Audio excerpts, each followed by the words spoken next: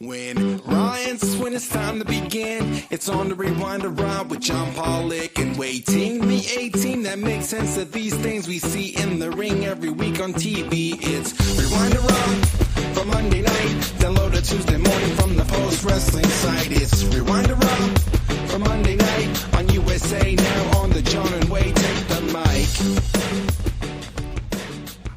Hello, everybody, and welcome to the final Rewind to Raw of 2022. Because next week we will have the absolute best of Rewind to Raw coming at you. The absolute best. It will be beyond entertaining to watch WWE do a 2022 year in review show next Monday, where I would imagine we are not going to hear the words Vince McMahon once on this year in review of the past 12 months of how WWE has been, how they have navigated the year. That is next Monday for 3 hours, a best of show. Well, I don't know what you would consider anything that he would be involved with to be the best of any category. It'd be the worst, if anything, with him and Pat McAfee.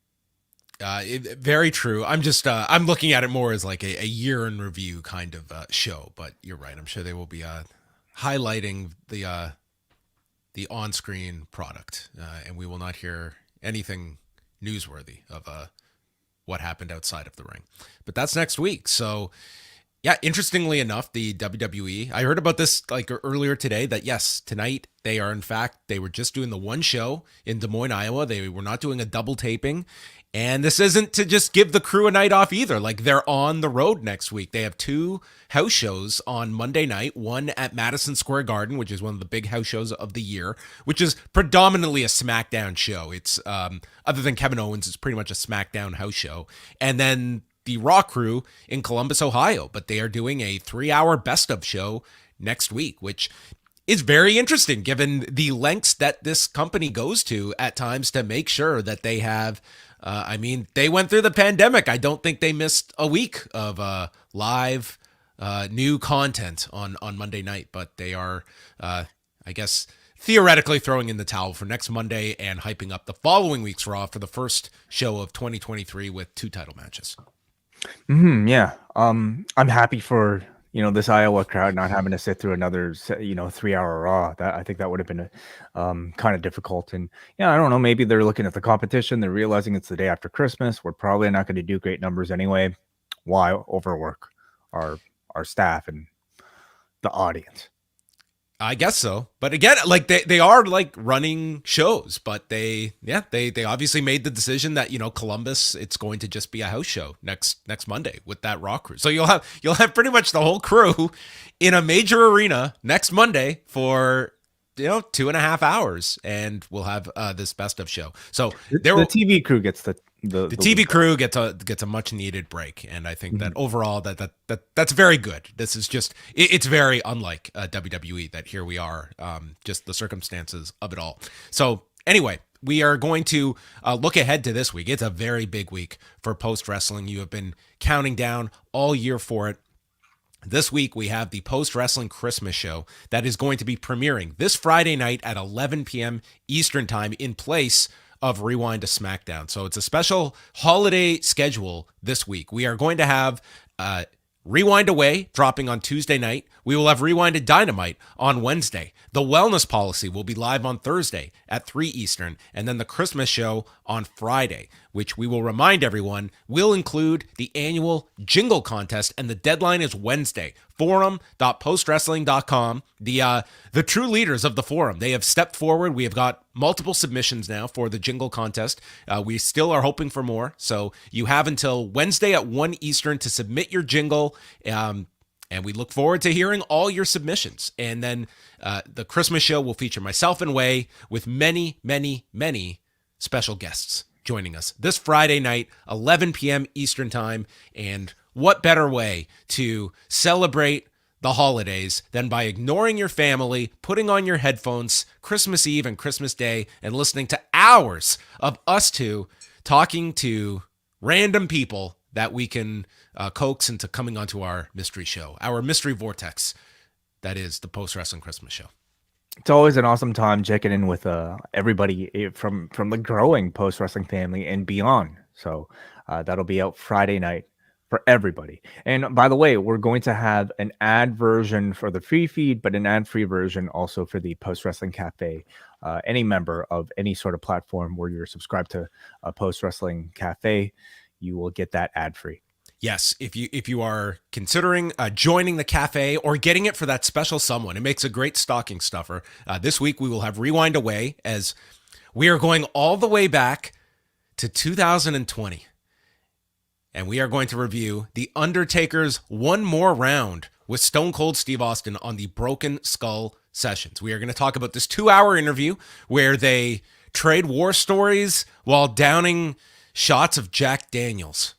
And we will get Wai's expert analysis on this 2-hour chat between Steve Austin and one Mark Calloway. So Cafe members will get that show on Tuesday night, ad-free edition of the Post Wrestling Christmas Show. And we can give you all a sneak peek that next Tuesday, we will be releasing the Post Wrestling 5-year anniversary show that we did in Newark in its entirety. All Post Wrestling Cafe members will get access to that audio next week. So jump on board at any level at postwrestlingcafe.com. Give us a end of the year boost here, and you will be getting several shows over the coming weeks. Some specialty programs that we are also getting set for as the year comes to a close. Mm-hmm. Yeah, always. And don't forget, Wrestle Kingdom coming up January 4th. That'll also be a cafe exclusive. Correct. Yeah, it is. I just put up the schedule on the site today of all the major Japanese cards happening over the next couple of weeks. And there is some huge stuff going on. A lot of interesting cards, not just from New Japan, but of course, Stardom's big card. Ryzen and Bellator are doing a really cool head-to-head battle on New Year's Eve. You've got DDT, the Inoki Bombaye show that has Josh Barnett fighting Melvin Manhoef, and then Tom Lawler against Katsuyori Shibata. Noah is doing their card on New Year's Day that's highlighted by Muda and Nakamura, as well as Kenta and Marufuji getting back together. All Japan has just put out their lineups. There will be a Triple Crown match with Kento Miyahara and Takuya Nomura. So there is some dynamite stuff, pardon the pun, going on over the next couple of weeks in Japan. And like a lot of great quality stuff. DDT is putting on a big show as well, so more than you can keep up with. But it's if you are cherry picking, there is a ton to pick from on the Japanese side. Are you? Do you have your holiday plans, Wai? Or is it going to be? What are you going to do next Monday night? That's my question. I'm probably just gonna be, spending it with Pauline and with the baby asleep, and maybe break open a couple Lego sets. Maybe I'll even do that. Okay, that was the answer I assumed. I thought maybe you'd give us a curveball. Like, man, I'm getting drunk. No, not much of that going on in the house. That's what we should do next Monday together. If you're free to come over, yeah, absolutely. Yeah, I can't. I'm busy next Monday, but maybe a future one. Oh, I'll also give a heads up to everybody. Those that are patrons at the Poison Rana feed. I am on this week for my yearly stop by the BDE to chat Home Alone 2, a 2-hour discussion with myself, Braden, and Davey, breaking down Home Alone 2. I have watched this movie probably 50 times in my life. This is the most meticulous I have ever followed it and broken it down. And there were some real truths that I came to, mainly around Peter McAllister, not a innocent bystander in my estimation. But Home Alone 2, Lost in New York, 30 years after its release, we sat down to chat about this. And now I have a year to contemplate if I will go back and watch Home Alone 3 for the first time ever. We will see. You have to. You've got to do all the Home Alones. I mean, you've done the easy work right now in 1 and 2. Now you got to get through everything else since then. Do I want to? That's the question. But Home Alone 2 was a great chat with Braden and Davey. So poisonrana.ca, go check them out, and check them out Tuesday night live right after NXT here on the Post Wrestling YouTube channel. They will be going through a taped edition of NXT. We'll go over that lineup in a couple of minutes, but a packed week here at Post Wrestling, and we hope to see you at the Christmas show. Wai will be wearing his sweater. We'll get the fireplace going, and some Kikitos. Yeah, we had to put up Christmas lights this week because Max was concerned. He said that we were going to put out Christmas lights, but they broke So we didn't get around to fixing them. So we have decorations inside, but not outside. And he was kind of down about this on Sunday. I'm like, what's the issue? He's like, well, Santa's not going to know what to come to our house. And I was like, great point. That's a great point. So True. My wife actually put up our lights this morning. I really didn't contribute to this at all, but now we have Christmas lights away. So do you like, is he under the impression that if you don't have lights, you're not getting a visit from Santa? Well, it's you want to distinguish your house. That it's it's like Halloween. You know what? You don't go knock at the houses that are all dark. Right. You just avoid those it's, houses. It's very logical. I mean, you figure Santa would have some sort of electronic way of finding out where everybody lives these days, but the lights are an extra measure that I think are worthwhile. All right. Postwrestling.com for all of your latest news, all your latest findings. Check it out there. We will be busy over the coming weeks. Do you think it's going to be busy news-wise over the next week? Yeah. I'm hoping not. I'm hoping not. I think it will. I think something crazy will happen. That's not me trying to hint at something. It's just my gut feeling. So anyway, let's get into a very brief news pack because there isn't a ton to break down here. Just going back to Friday night, SmackDown, dipping from that big Kurt Angle episode, they were down 5% in viewers, 2.19 million and a 0.52 in the demo. Still number one among all network programs and second on television for the night. The demo was down 8%. They were down in their demos, but they were coming off like a pretty big number the prior week with over 2.3 million viewers. So Kurt Angle, a confirmed needle mover that Uncle Howdy turned out not to be on Friday. Is that our conclusion on Friday? Maybe they should just cast Kurt Angle as Uncle Howdy. Problem solved. Man, possibilities just abound by such a suggestion. Over on TNT, Rampage had another good week. They were up to 15th among cable originals, slightly up in viewers, 464,000 viewers, but a big jump elsewhere. 32% increase in their 18 to 49 number.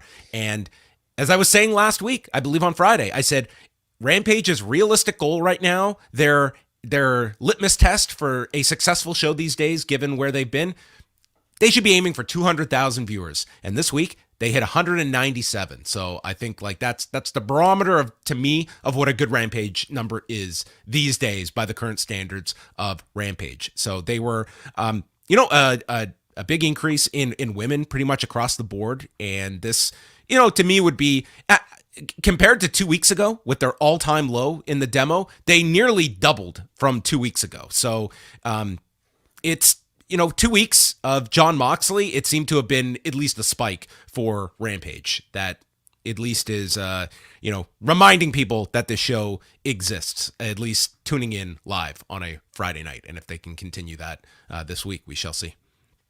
Have you noticed have you sensed more of an urgency for Rampage, or are you still looking at this as a show that's largely the same pattern as it's been for several months? I mean, I've sensed more of Jon Moxley's blood on my screen, and I'm sure that helps. And I think his star value, and having a Britt Baker on the show, I'm sure it contributes something. For all the outrage that pizza cutter spot brought for Nick Gage and that bloody women's match with the bunny last year, as I recall, I think hands down the grossest thing I've watched on AEW in recent memory is Jon Moxley's ear, and then Sammy Guevara and Ty Conti wiping the blood of Moxley and then making out with the blood all over their faces. That to me was way, way grosser. And I don't think anyone had any issue with it, it seems. Maybe not enough people were watching, or maybe it's just, pretty standard at this point to see something like that. Yeah, maybe I just have a weak stomach. Maybe that's it. It was to me. It was like, nah. Maybe it was because it's from the ear. Maybe I can deal with forehead wounds.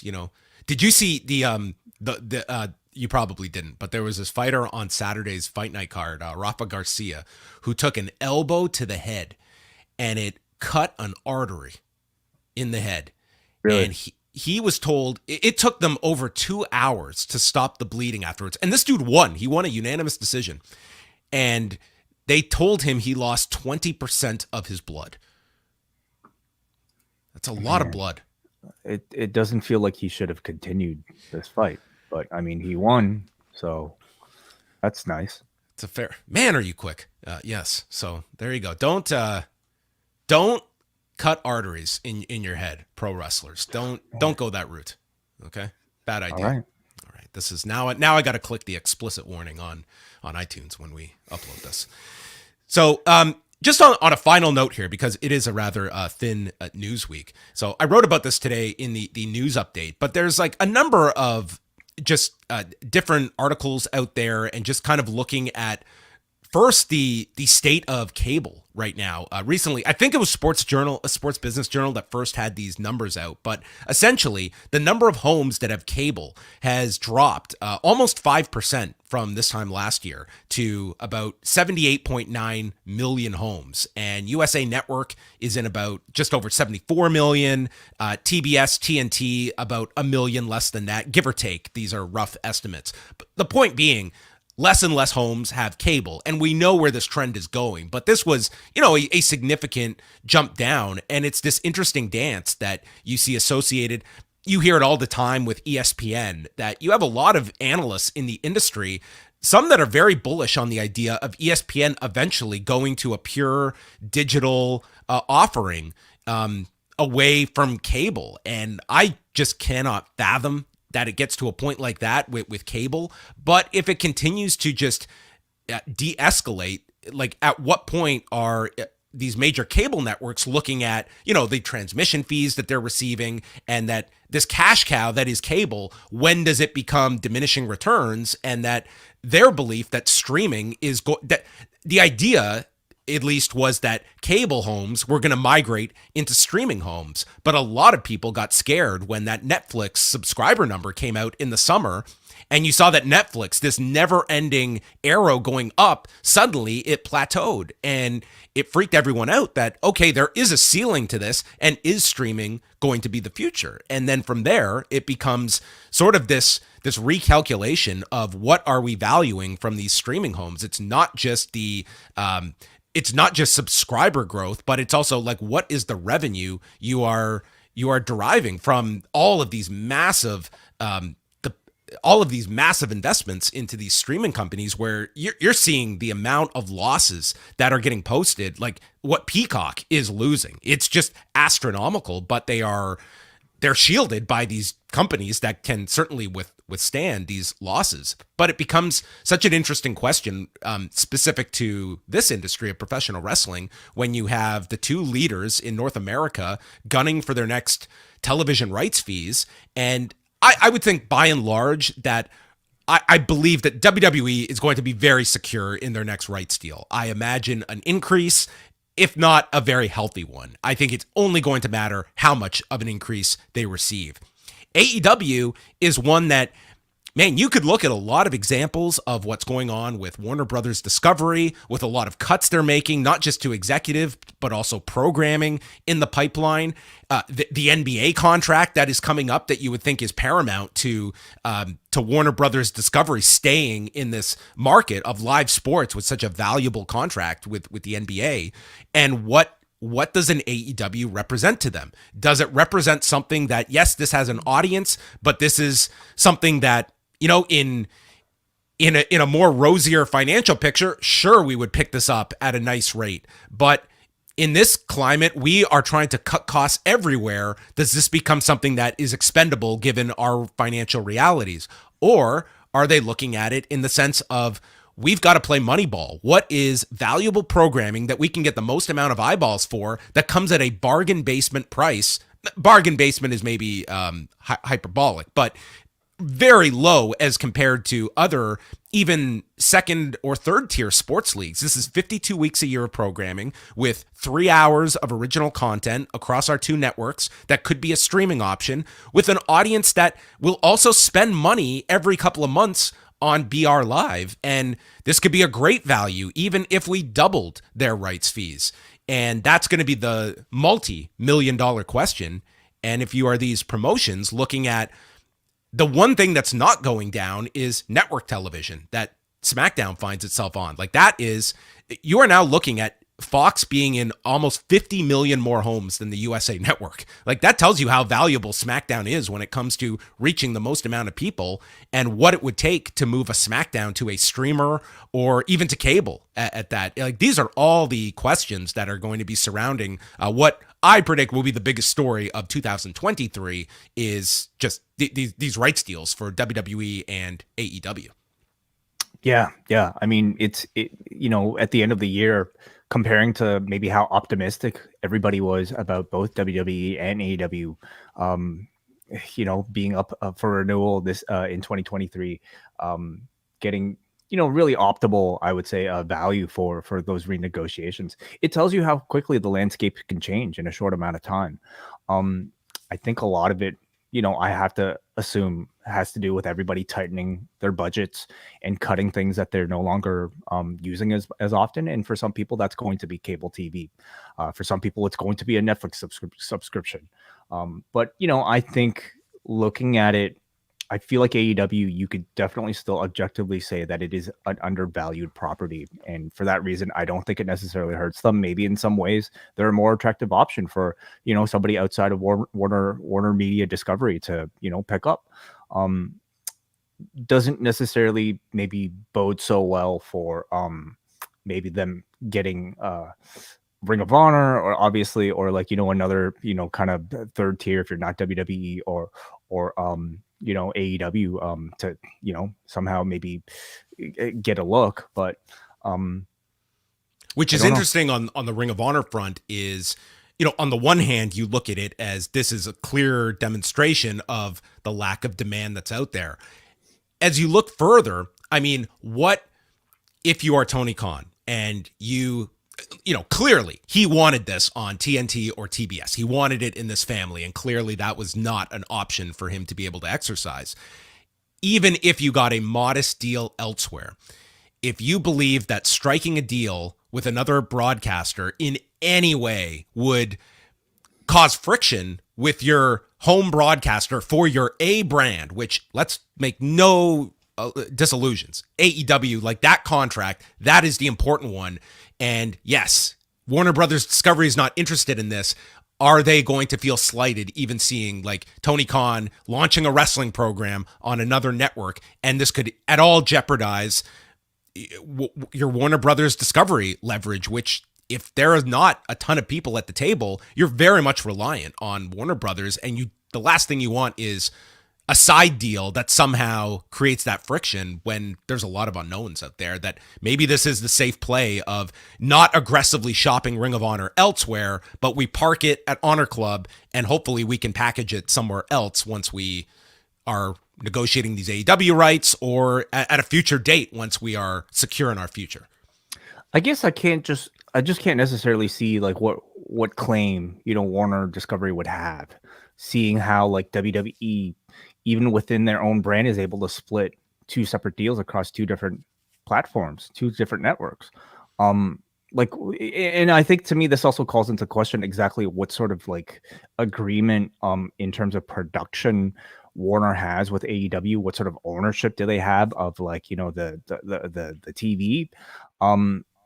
I mean, Tony Khan technically has purchased Ring of Honor under a separate, under his own company, right? Rather than with AEW.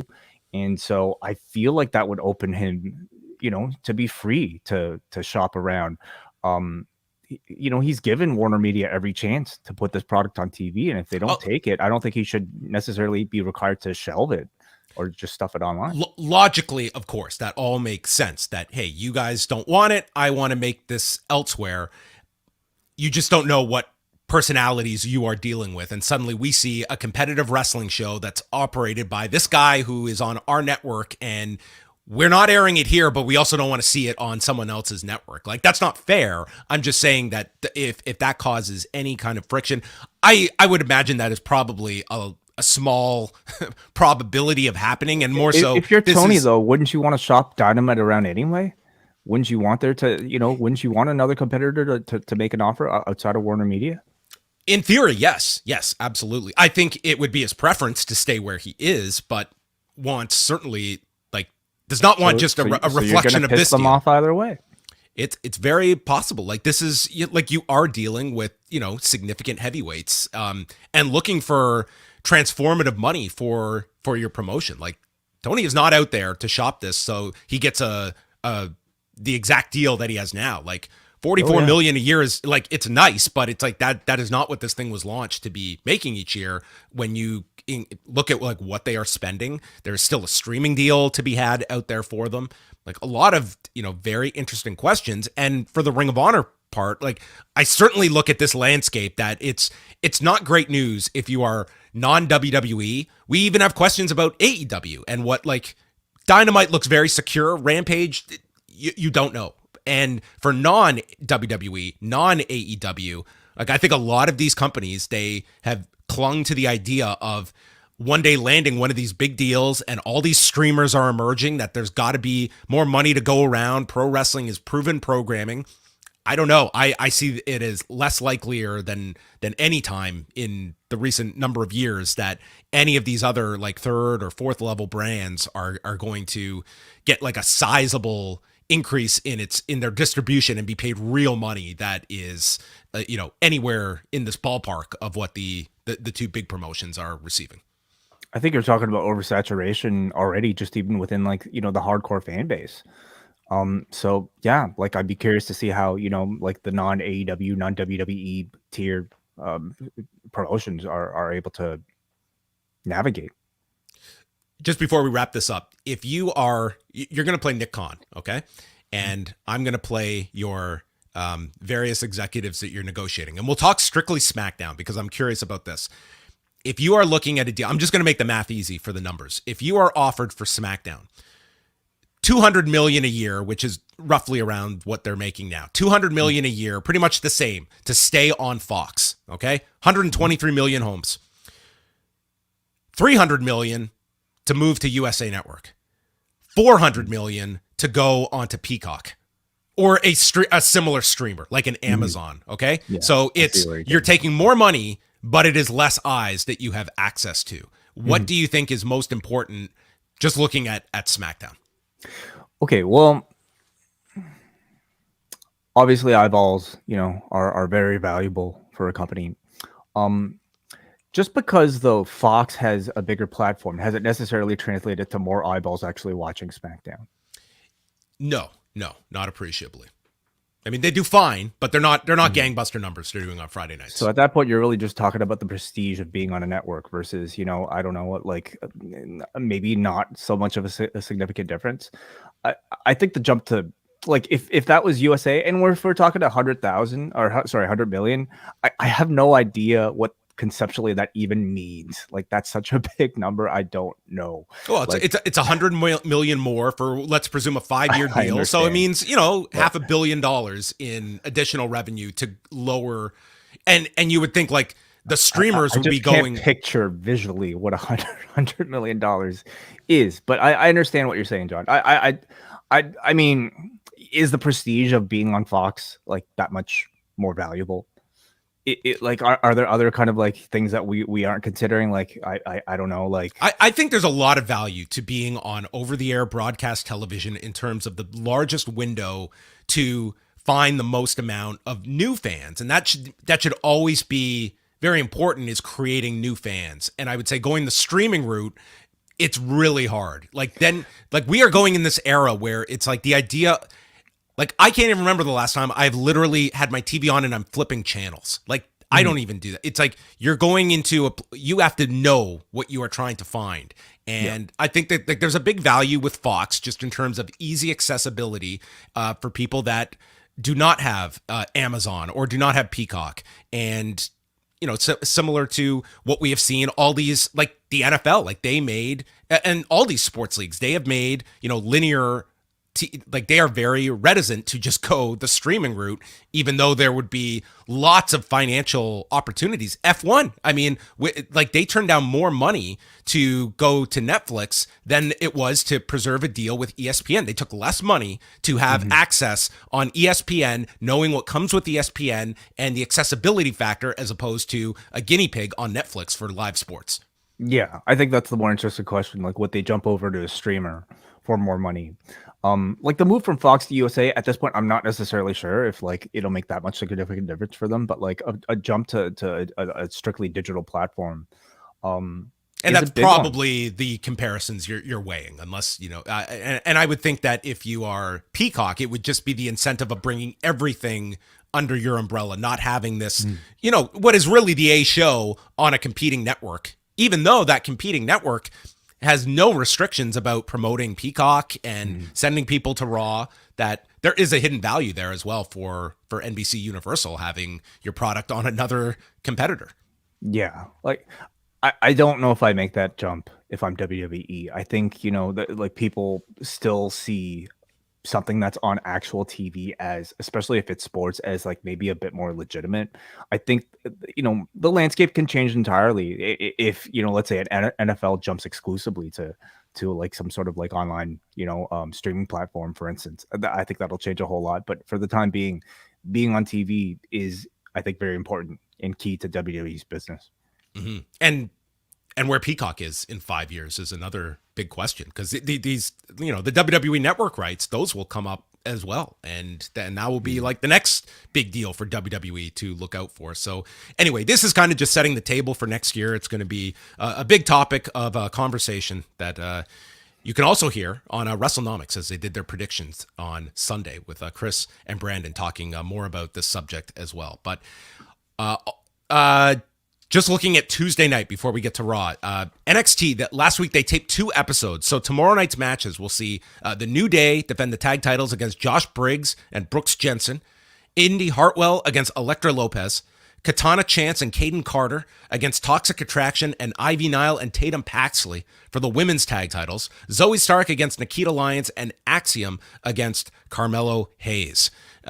We go on over to Dynamite Wednesday night. They have only 3 matches announced so far. The no DQ match between the Death Triangle and the Elite, Jamie Hayter and Hikaru Shida for the AEW women's title, FTR against the Guns, Ricky Starks will be on the show, Bryan Danielson will appear, a face-to-face meeting between Swerve in Our Glory, and the next chapter of the Book of Hobbs on the Holiday Bash edition of Dynamite from San Antonio this coming Wednesday. One of the rare live shows that are coming up over the next week from professional wrestling. We got tape show Tuesday for NXT, tape show Friday from SmackDown. No Raw next Monday. Rampage too, I would assume. Rampage will be taped on Friday. Yes. Mm-hmm. Anyway, so there you go. Let's get into Raw from Des Moines, Iowa, the Wells Fargo Arena, which became, hey, Seth Rollins is from here edition of Raw. Can you name any other people from Iowa? People from Iowa. That's a good. Well, some of the Militich fighters were from Iowa.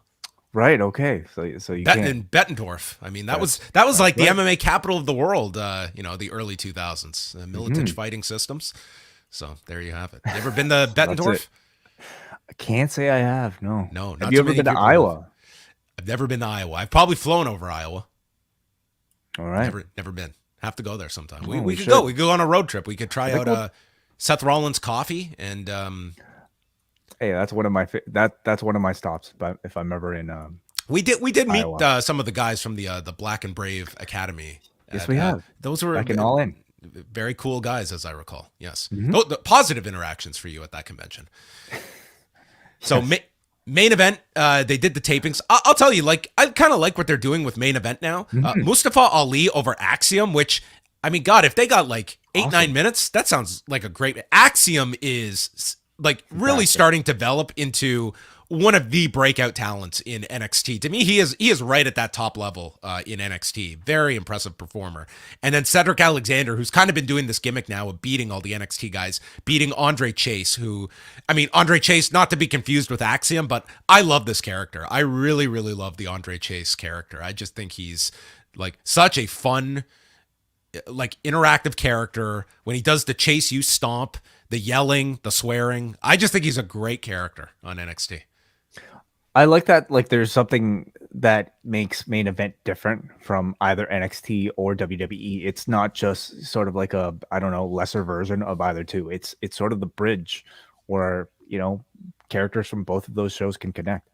And even like they did bring it up when Andre Chase was attacked in the back, Corey Graves explaining why he's here. He's going to be on Main Event this week. So, I mean, making a subtle promotion for the show too. Paul Heyman opens the show with a tape promo stating that Raw is the home of Kevin Owens, and he's with Roman Reigns as well. Presumably this was taped on Friday.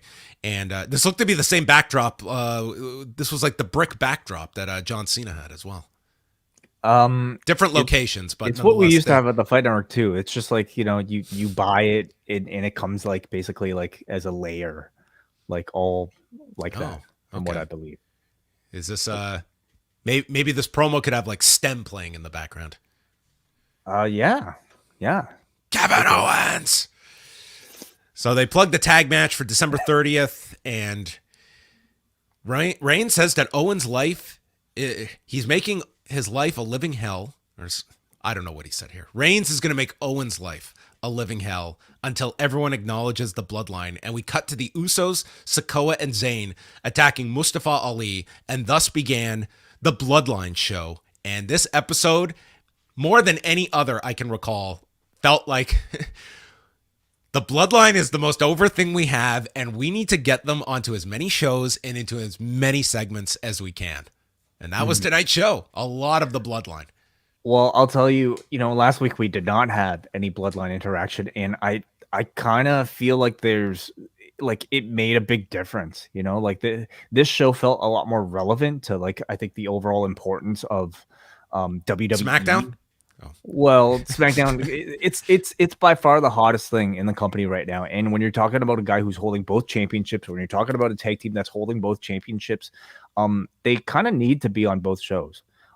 Otherwise, last week's Raw just kind of felt like it was really, void of like a real energy and an urgency. So I certainly felt like they added a whole lot tonight. Yeah, and on that front, like coming off last week, which was the lowest watched opening hour in Raw's history, tonight was not much easier because they were going up against the Monday Night Football game that was not just on ESPN, but also simulcast on ABC. So it was going to be a big audience watching football this week as well that they were going up against. And we will see if last week was just a blip, because a very uncharacteristically low opening hour. And they did start this one with, your big star and Roman Reigns, and then getting the Bloodline on there as fast as they could. So, and teeing up quite a bit for the show.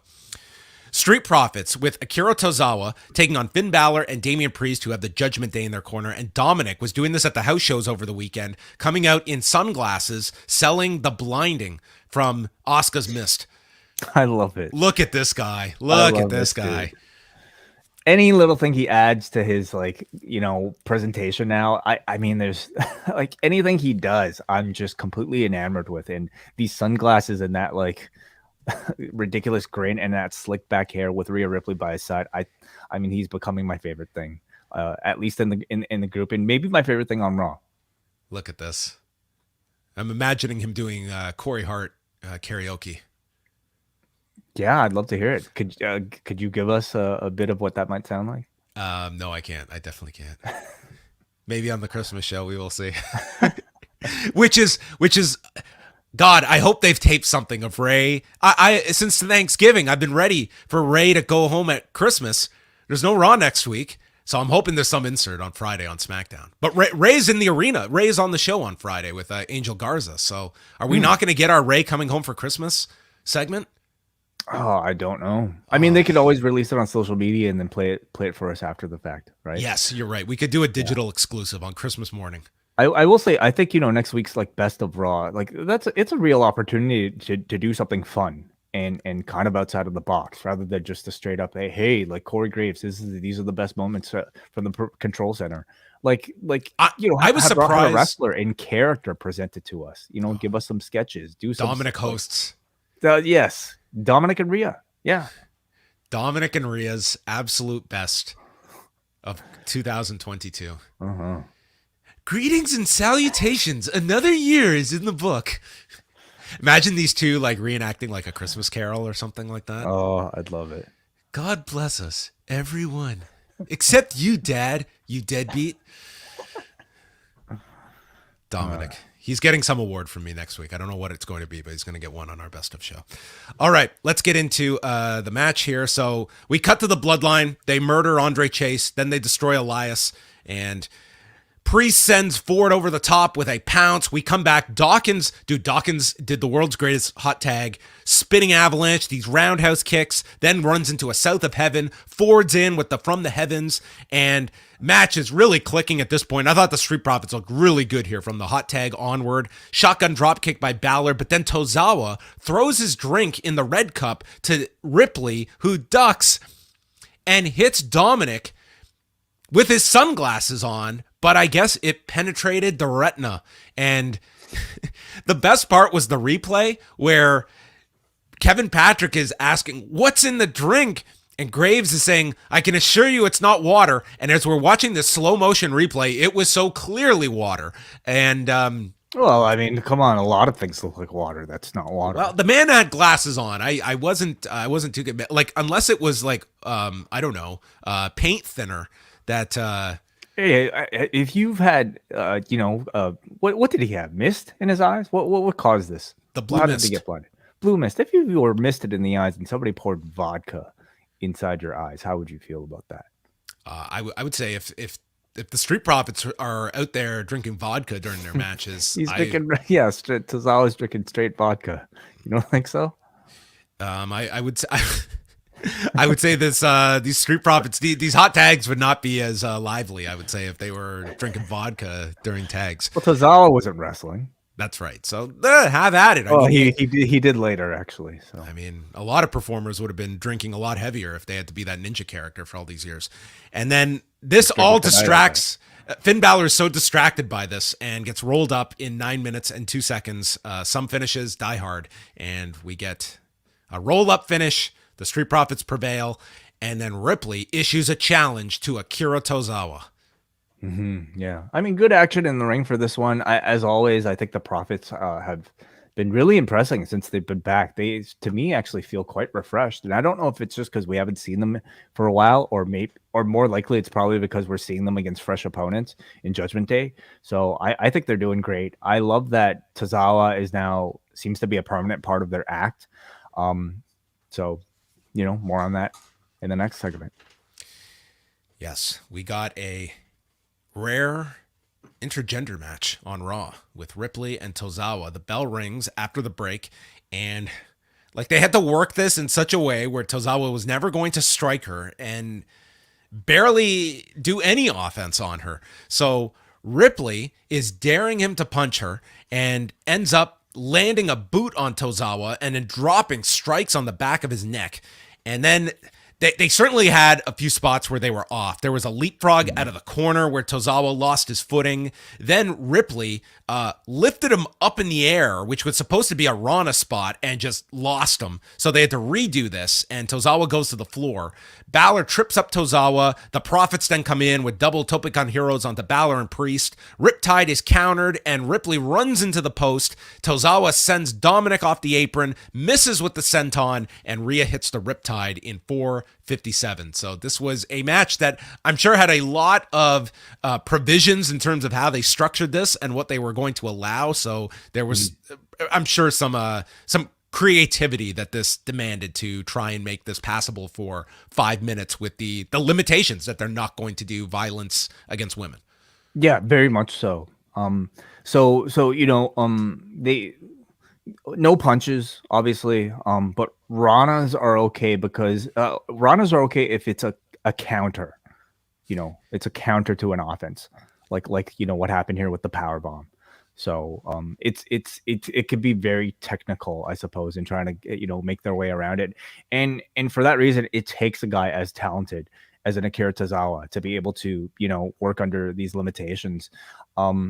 I think it was a pretty bold attempt, and I think for the most part it turned out pretty well. Of course, there were some pretty ugly moments, unfortunately, but I like the fact that they're putting Rhea over so strong. They're putting over her stronger than any female wrestler that I can remember, for the past decade plus. I mean, everybody obviously makes connections in comparisons to China. And this is probably the closest thing we've had to that sort of run.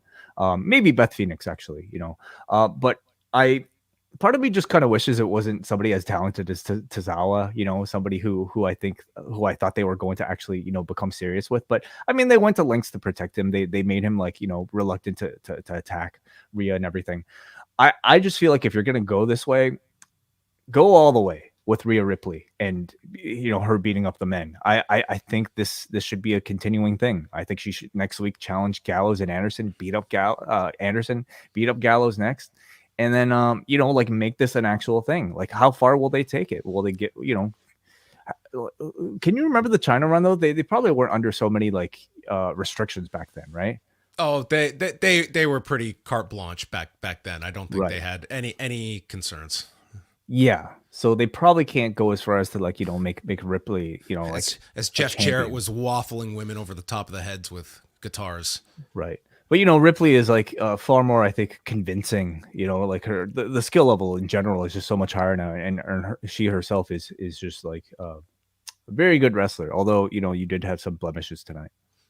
Should they put the never open weight title on Rhea Ripley?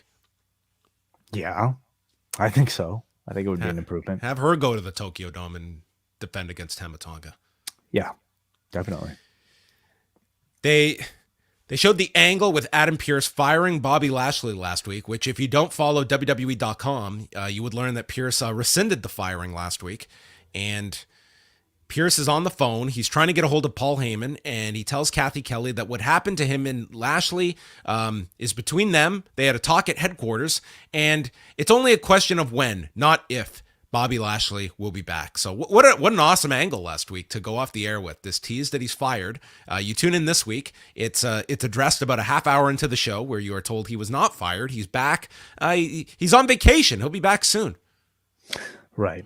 At the very, at least he didn't show up on TV. Like, at least it sets in motion some sort of like transformation, you know? Technically, he was let go and then he's been brought back, but at least he's not on TV, and he'll probably come back a little bit different.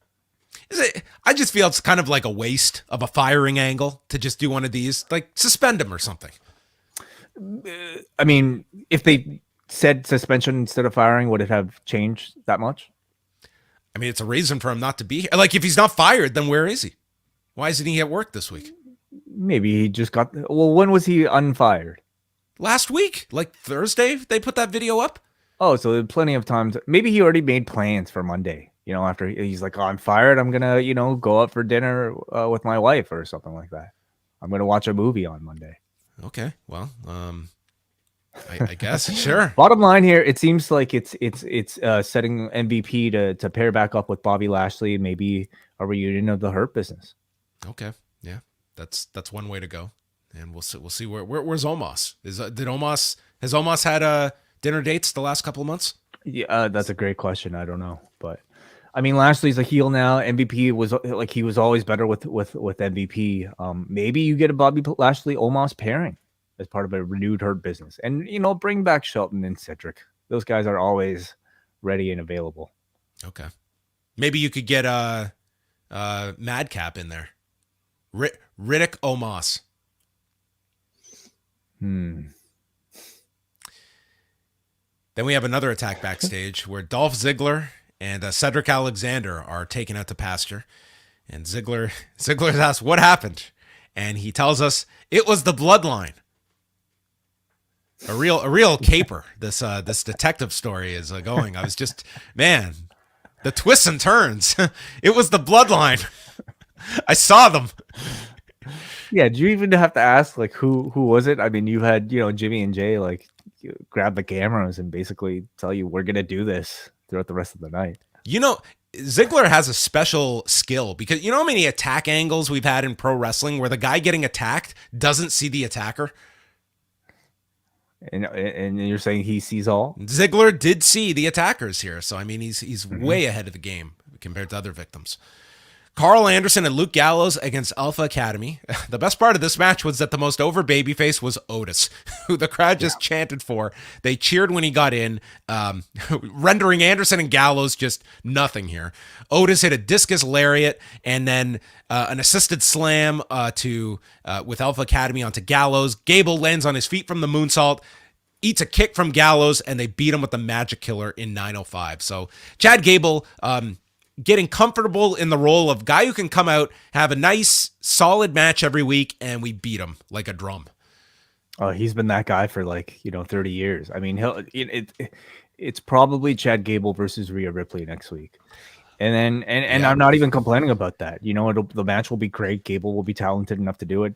And then I think Rhea should destroy Gallows and Anderson, because come on, dude. This was proof positive that this crowd would rather cheer for Otis than Gallows and Anderson. It does not bode well for these two baby faces who I just think are pretty awful on Raw. That's going to babyface Rhea Ripley if you were putting her against Anderson, Gallows, especially Gable. I mean, that is to me what you want to get out of Rhea Ripley, because this kind of booking, it's going to have the same effect it did for China, that the audience is going to get into her, which is not the worst thing to have a brand new babyface coming out of this. They can certainly use some. Timing, though, might not be that great if you're going to pair her with Bianca for Mania. But, I mean, ultimately, does it make her more of an attraction? And I think the answer is yes. The Bloodline jumped the OC in the ring. This includes a 1D onto Gallows and did get some heat here. Pierce and the officials are out. And after the break, Zayn says that Pierce, you're the only one that's upset that we are here. The fans don't mind these attacks. And the fans are just cheering this yes, this is way better. And we have a message to deliver. And this is a small example of what will happen in Tampa for the tag match. And they're totally treated like the stars of the show. The crowd starts chanting Usi and Sami Uso as they leave. And as they're walking to the back, AJ pops out and attacks Zayn. And Zayn is complaining, and it leads to a match being made by Adam Pearce between AJ and Sami Zayn for later in the show. Byron Saxton did a sit-down interview with Bianca Belair and Alexa Bliss. And finally, we got Alexa Bliss's entire last year summarized. Belair says she doesn't trust Alexa after what happened last week, where she nearly hit her with the Sister Abigail, and Bliss explains that Bray Wyatt abducted her and played mind games with her and then abandoned her and left her broken. She has abandonment issues and therefore went to therapy last year, which I thought Alexa helped burn him or something. Didn't Alexa leave him dripping goo on her forehead? Have you ever been abandoned? Sometimes you have to confront your issues head on. She's trying to deal with this as best she can. So she went to therapy, but therapy left her a shell of her former self. I'm glad this wasn't airing during Mental Health Awareness Month. And she has nothing to lose and therefore everything to gain. As Belair says, I sympathize with you, but I don't believe you that you didn't know what you were doing last week. And Bliss points out that I am a threat to you, not Bray, and I was winning championships a long time before you came. And then the logo flickers on the screen, and Alexa takes the vase of flowers, the poinsettias, and points at her target and blasts this glass vase into Bianca Belair's head. This is a little heavy duty for a match that's coming up in 2 weeks. She broke glass. This was like Rafa Garcia here. She could have severed an artery. No blood here. Well, thankfully. I mean, internal. We assume, we hope nothing. There's no bleeding here, but I mean, I think it needed to be a bit more violent. We're talking about the Fiend here. We're talking about people who burn each other, right? With ooze dripping out of their foreheads. I think this was kind of tame in comparison. But yeah, no, it's interesting here. This is the most I think we've gotten of Alexa kind of making reference to her past, and it catches the audience back up about who she is. And it's interesting that they've kind of reframed her past few months as her being a shell of her former self. Which Corey Graves has been threading that needle on commentary for months, pointing out lines about her being uninspired. And it's actually been to the detriment of the match, where it's not been some of the greatest matches either. And maybe this is a grand plan. I think it's how you can get away by explaining, somebody's just had some really bad, uninspired creative for the past 6 months. She's a shell of her former self because do you know those therapy segments ended in February? and they put her into Elimination Chamber. So, dude, Wow, it was 10 months ago she ended therapy. She's been a shell for a long, long time. Yeah. So, you know, they're you know, making it very blatant that this will somehow connect to the Bray Wyatt storyline over on SmackDown. And I think it's one of the more interesting challenges Bianca has had. We've never seen this character face, you know, spooky, fiend-like type of challenge. So it's a different type of story for Bianca. And I mean, we'll see what results at the end of it. I hope it's good. It could be good or it could be bad, as we've seen with Alexa and Lily. Lily, by the way, seen here in the background. That's right. Yeah. Looks like there you have it. So this match will be in 2 weeks in Nashville, in Bianca's home state. Not her home city, but her home state. The Miz and Dexter Lumis in a ladder match. Johnny Gargano in the corner. There was a point at the beginning of this match where literally two guys were trying to start a tiny balls chant. It was the saddest thing ever. The first half of this match, I thought, like, this is like one of the worst nothing happening ladder matches I've ever seen. Like, just nothing at all.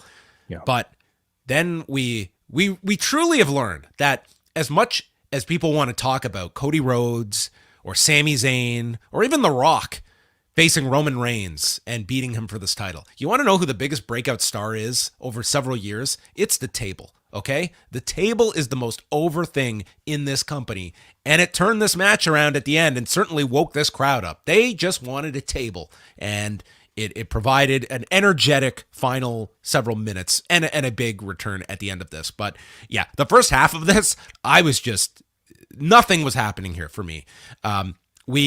We see them climbing up. They're fighting for the money, where, like, no explanation that Miz, like, fronted him the money. We just he got the money. That, you can fill in the blanks on that after that cliffhanger last week.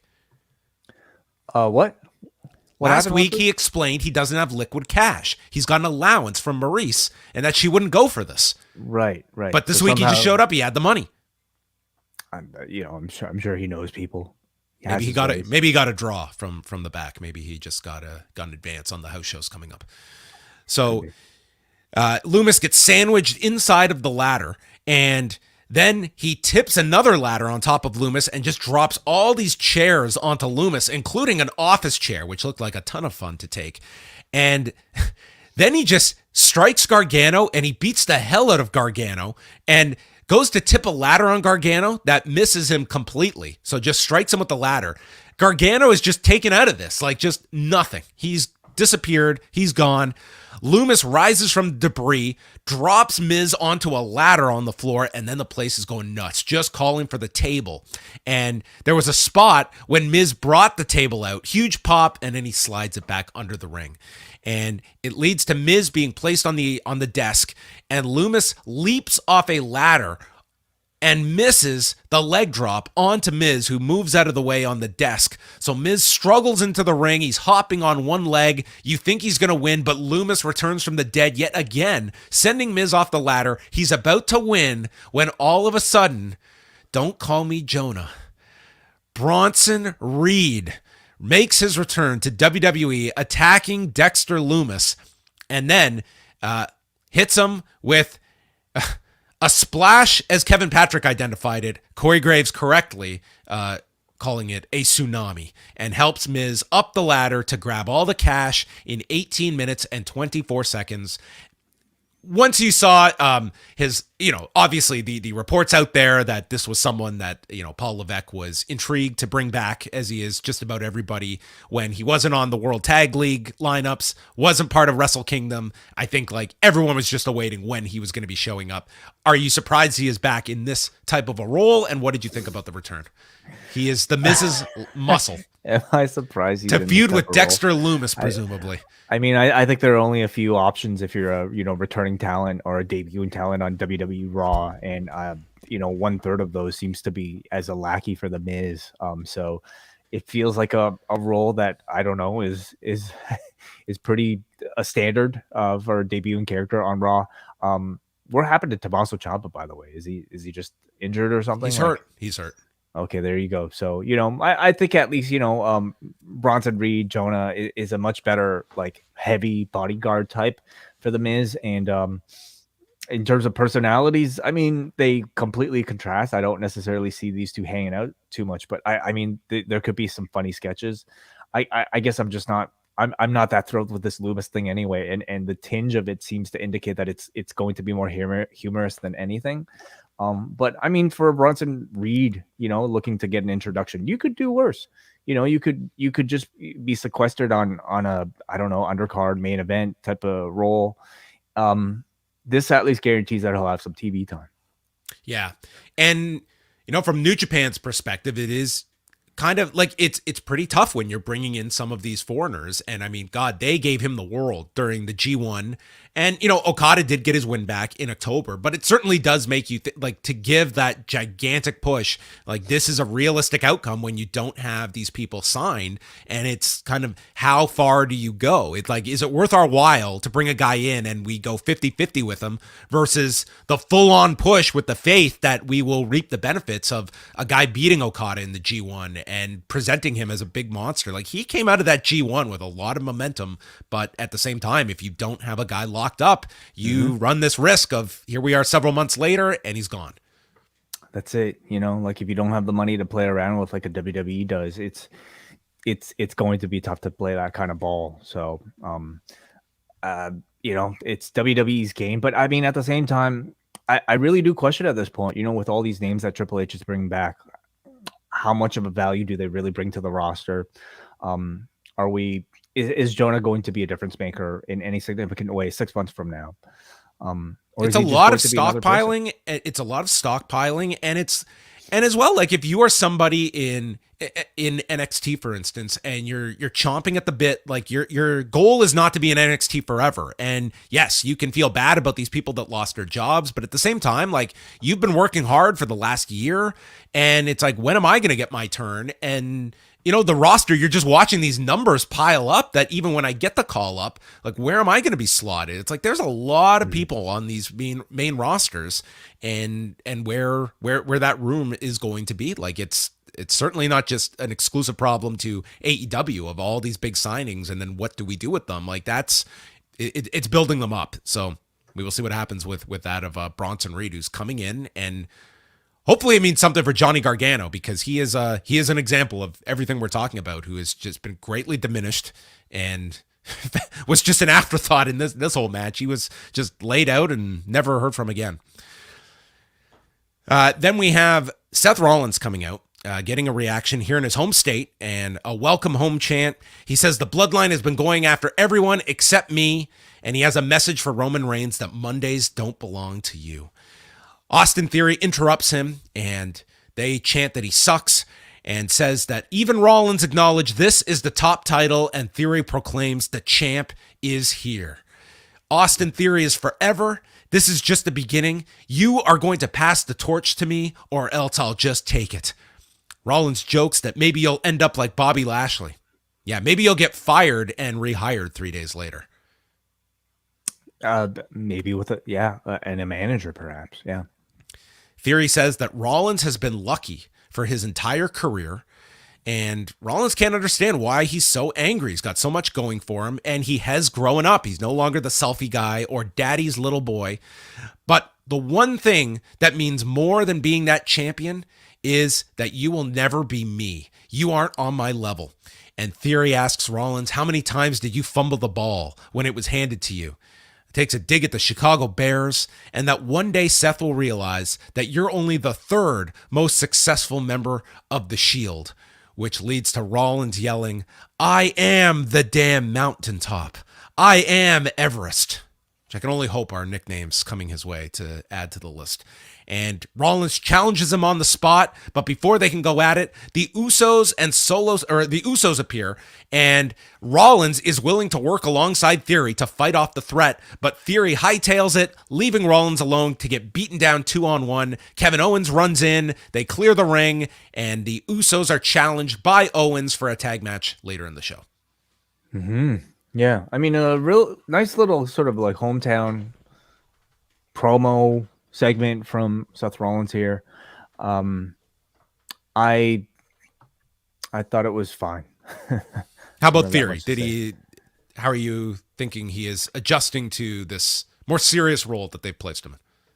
I think fine, but it's going to be difficult, trying to maybe live up to the excitement I had for the championship with either Lashley or Rollins holding it. I mean, it certainly feels like it's an afterthought and a secondary championship right now, rather than something that was the focal point of the show at a certain period.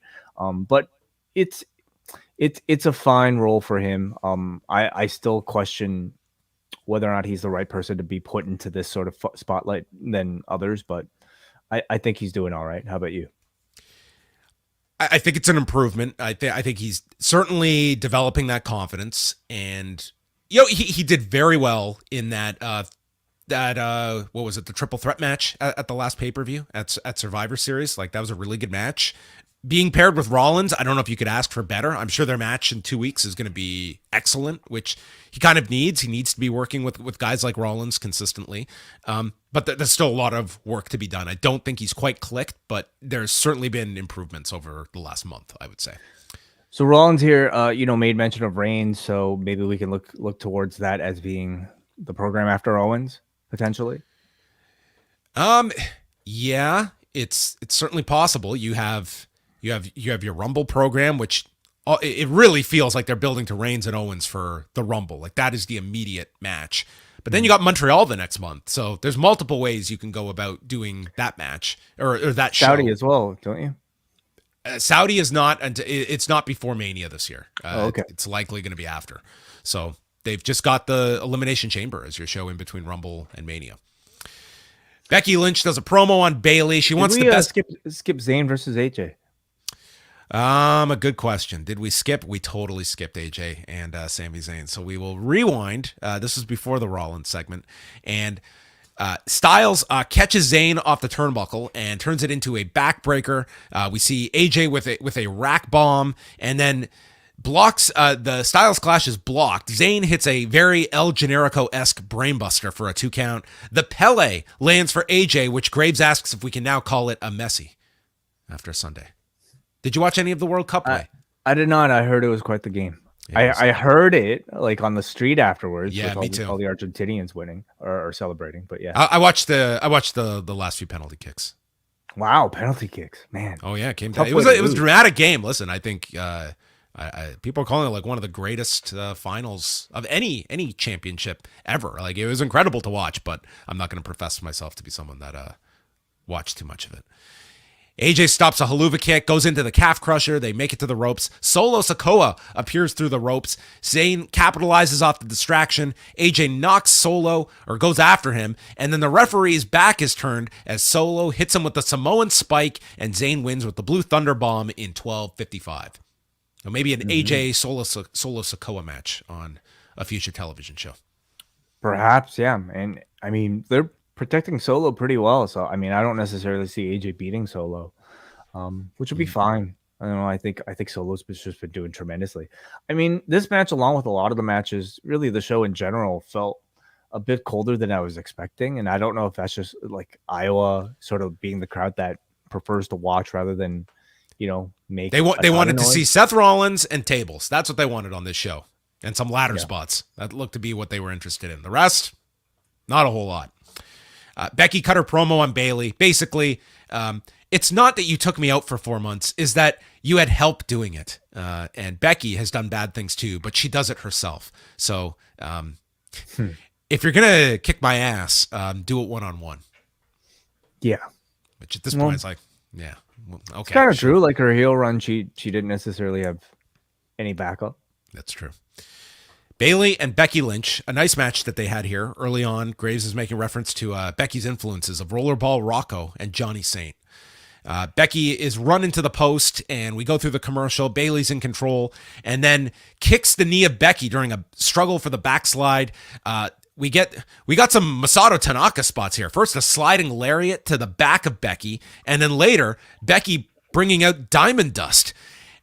From there, Kai and Sky grab Bayley to prevent the manhandle slam, and Becky goes after them. She grabs a TV monitor, threatening Sky and Kai, who are ejected, and then as the referee is dealing with them, Bayley takes the monitor and slams Becky from behind and hits the rose plant, pinning Becky in 14 minutes and 26 seconds. So she didn't win on her own like Becky wanted her to. But, I mean, she technically, the others were distracting her, but it was one-on-one with an object. So I don't know. This is right on the line of Becky's allowable violence.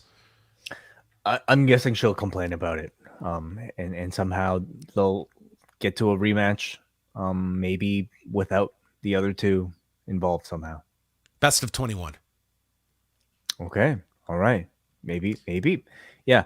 Considering their history, I'm hoping for this feud to maybe get a bit more heated and personal than it has. I mean, it's just started. You would assume that this is just the first in a series, but yeah, at the moment, I mean, it kicking it off on TV, it was okay. Rollins and Owens are in the back, and they have to figure out why they stopped teaming back when Vince was booking the show. And Rollins can't remember, and Owens says, "Well, you were trying to take my WrestleMania spot," and Rollins can't remember. And we all take their word for it. But tonight they're together to beat up the Bloodline, and that is our main event. The Usos take over as they go to the break, heat on Owens, and then a tag made to Rollins. The crowd humming along with his song, hits a big double high cross onto the Usos, and then Owens with the frog splash on Jimmy for a 2 count. Owens tries for the swanton, lands on Jimmy's knees, and then Rollins comes off the steps, is met with a super kick by Jay. Solo, who was on this show, I think, in about 55 segments, jumps the barricade, is attacked by Gallows and Anderson. Jay dives onto them, Rollins dives onto them, and then Solo misses, runs into the post, stomp to Jay, and then Theory appears behind the barricade and gives Rollins a belt shot. So Rollins is down. Jimmy and Owens are left in the ring. We see a super kick from Owens, 2 attempts before finally hitting the pop-up powerbomb, and Kevin Owens pins Jimmy Uso in 10 minutes and 50 seconds to not win the tag titles. Well, he has to earn a shot, of course. John. Yeah, this isn't Liv Morgan and Tegan Knox. Okay, you need to earn your tag title shot. That's a good point, though. They should probably. But Owens doesn't seem like he's interested at all, and they'll probably they could even just explain that Owens has his sights set on Roman. He never wants to team with Seth Rollins again, other than in Iowa, and therefore he's going to not go for the championships. But I mean, this is all part of a bigger story of now Owens having pinned both Jay and Jimmy, right? Yes. On Raw.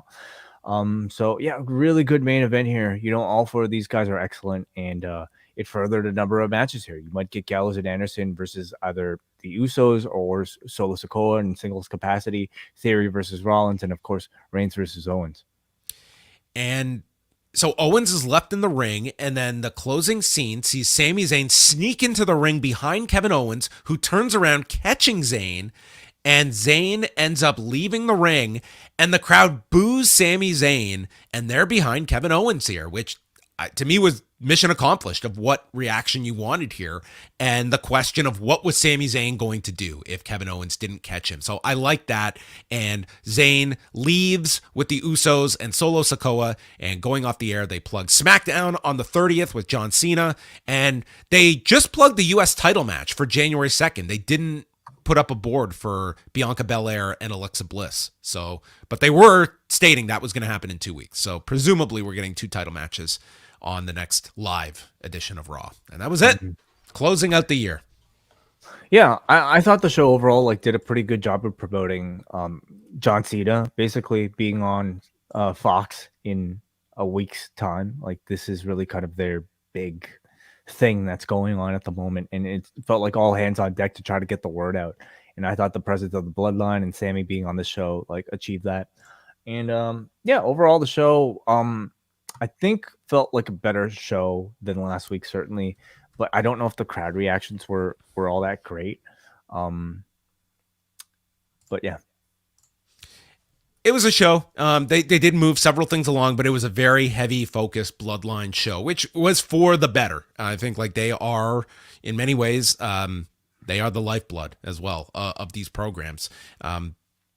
But I can't say like too much outside of the bloodline stuff to me is really connecting in a big way. I mean, you've got to a degree like Rollins in theory and Belair and Bliss, but I wouldn't say like any of the Raw specific programs that to me are, super compelling. It just feels like it's some angles that are put together, but the glue on this show is really the bloodline, and that is the characters that everyone seems into.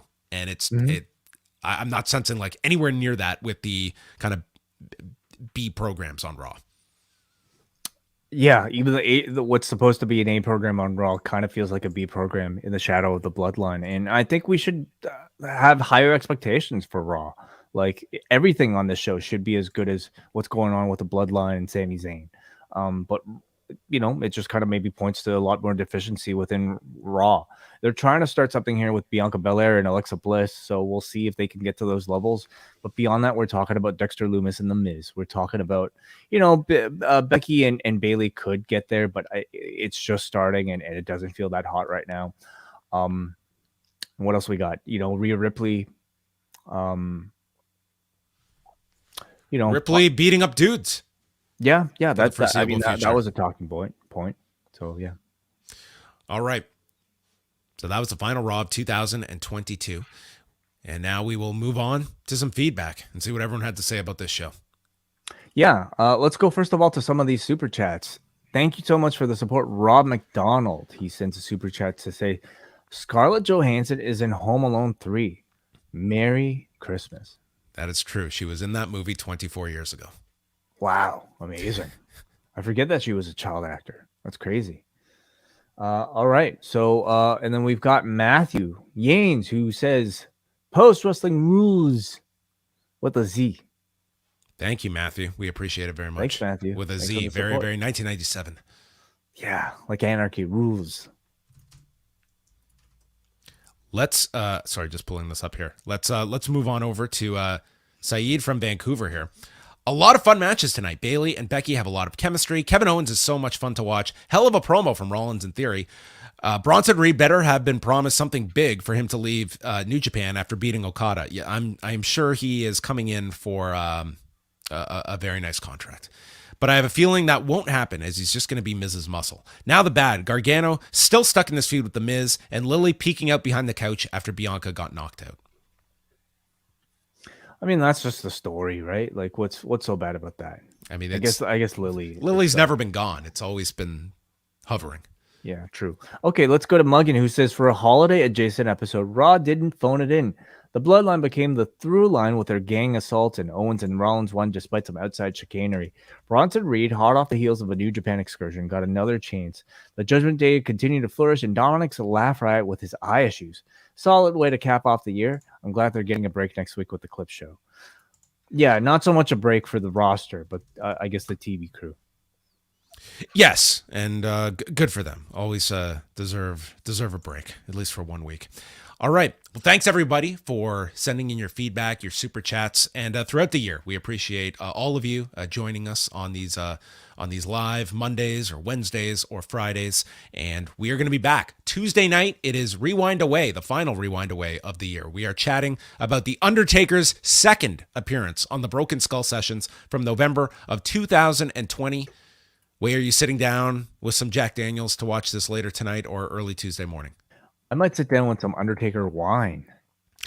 Yes, the Undertaker's wine is brought up in this sit-down interview between Austin and the Undertaker. Cannot say, this came out like a few years ago. I cannot say I've ever heard of this wine outside of this sit-down. They came out with, it was Undertaker wine and Warrior wine, and I don't know how successful it did. This is the last stuff on earth I would ever try. Yeah, when I think of The Undertaker, I'm not necessarily thinking of wine, nor the Ultimate Warrior. I mean, I'm not much of a wine person anyway, so...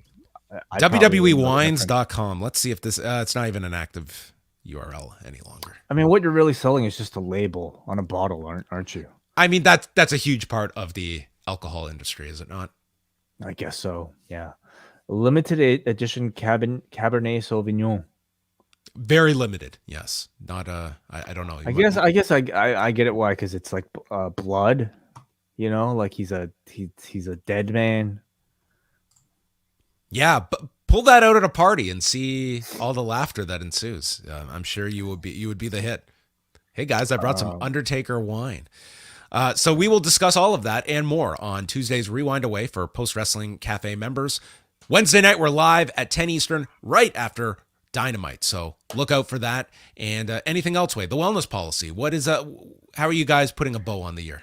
We are me, Jordan, Neil. We're actually holding open phone lines. So whatever you guys want to talk about, maybe it'll be chalk. And we'll just have a big old discussion. And if nobody calls in, then it'll just be me, Neil, and Jordan chatting. So that'll be this Thursday, 3 p.m. Eastern time. Link will be available in the Post Wrestling Cafe, but the show's available for everybody. All right. And that is wrapping it up for us. We'll speak with you all later this week, and get your jingles in Wednesday, 1 p.m. up at the Forum. Goodbye.